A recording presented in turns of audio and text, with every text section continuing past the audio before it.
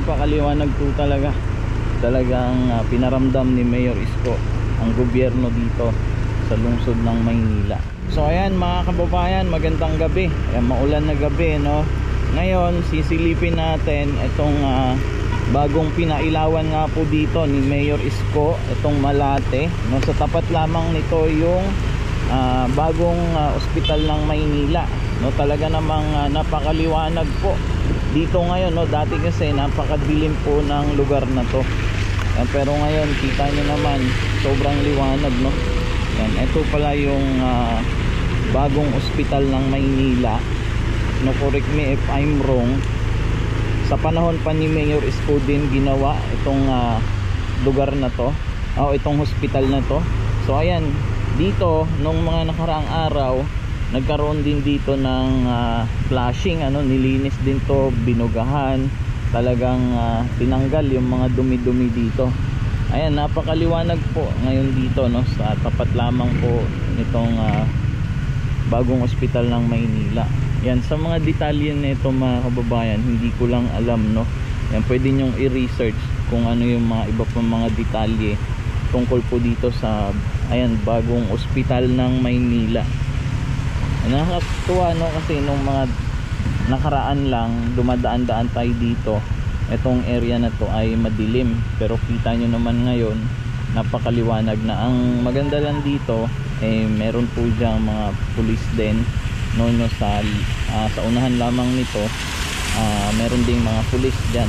At ito pala, no, yung may mga kinabitan ng mga ilaw na yan, Manila Zoo na po yan, no, yung pader dyan, yan sa gilid nyan, Manila Zoo. Yan din po yung isa sa pinagawa po ni Mayor Isko dito sa lungsod ng Maynila, yung Manila Zoo. So titignan pa natin dito sa bandang unahan nito. Kanina lang natin nakita, no, na nandito nga si Mayor Isko at binisita din itong bagong ospital ng Maynila. Ang talagang lumiliwanag po ang buhay na, no?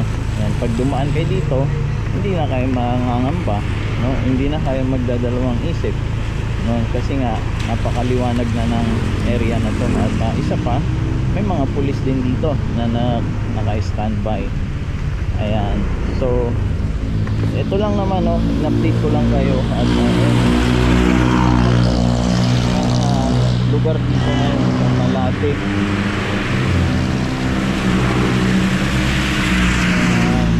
So ito ay parte pa ng Manila.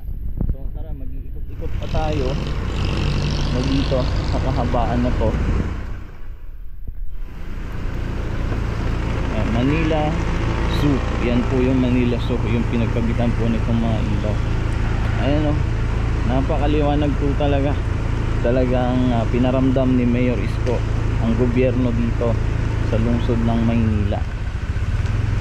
Yan, kahit itong sidewalk, kitang kita na yung mga tao na naglalakad dito. Yan, makita mo na yung mukha ng mga tao, no? Unlike before na sobrang dilim po dito sa paligid na to. Ayan, bagong ospital ng Maynila. Ngayon lang din natin nakita na ganito kaliwanag, no? Meron pang isang binuksan din, no, o pinailawan si Mayor Isko kanina, I think sa Nagtahan. At syempre sisilipin din natin yun, magbibigay din tayo ng update sa inyo doon, no, sa bagong pailaw din doon sa ilalim ng tulay. Yan, ganyan po yung sitwasyon ngayon dito. Sana buong Maynila na, no, mga kababayan, ang paliliwanagin, kasi meron pa kasing ibang mga parte din dito sa Maynila na wala pa mga ilaw, no? At ayan, sana malagyan din para yung mga kababayan natin ay talagang safe na safe sila maglakad.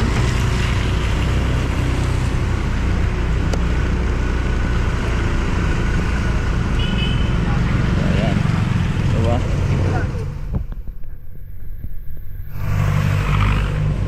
Bagong ospital ng Maynila.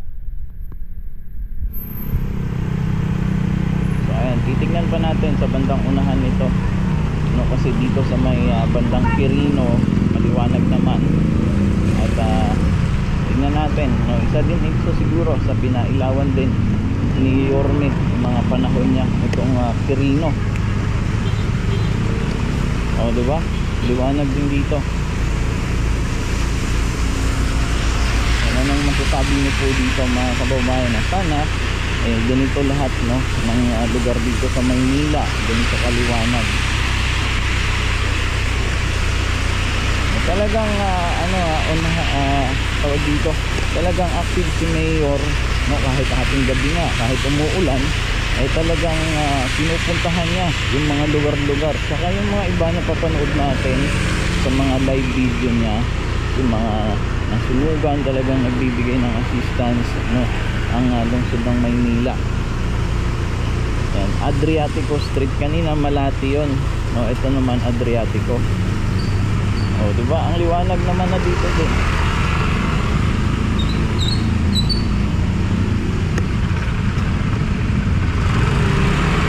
Ito ang mahabaan nito, maliwanag naman. Ito yung entrance ng Manila Zoo. Ayan dyan. So ayan, napakaliwanag din, no, mga kababayan. Ayos. Dito meron din namang naka-istasyon ng mga kapulisan, kaya kahit maglakad kayo sa gabi, no, pero siyempre kung wala naman kayong importanteng lakad, kayo lumabas ng bahay ninyo. At sisilipin din natin, kasi isa sa pinatupad dito sa Manila yung curfew ng mga bata. So 18 pababa, ayan, alas 10 ng gabi. So sa mga susunod na araw, pag hindi na maulan, mag-iikot tayo. Matitignan naman natin kung meron ba mga pasaway pa rin ng mga kabataan natin. At siyempre active din yung mga barangay natin dyan na nagpapatupad, no? Nag-iikot din yan yung mga barangay tanod. So sila rin ang isa sa mga malaking katuwang ng pamahalaan ng lungsod ng Maynila, no, para maipatupad nga yung curfew dito sa Maynila. O di ba, ito napakaliwanag, magkabilaan. At ito yung pinaliwanagan din ni Mayor Isko nung siya ay nakaupo pa bilang mayor nung dati.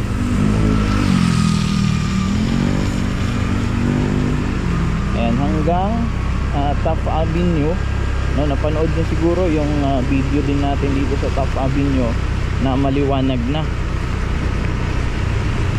Ayan, malapit na tayo dito sa Quirino Station.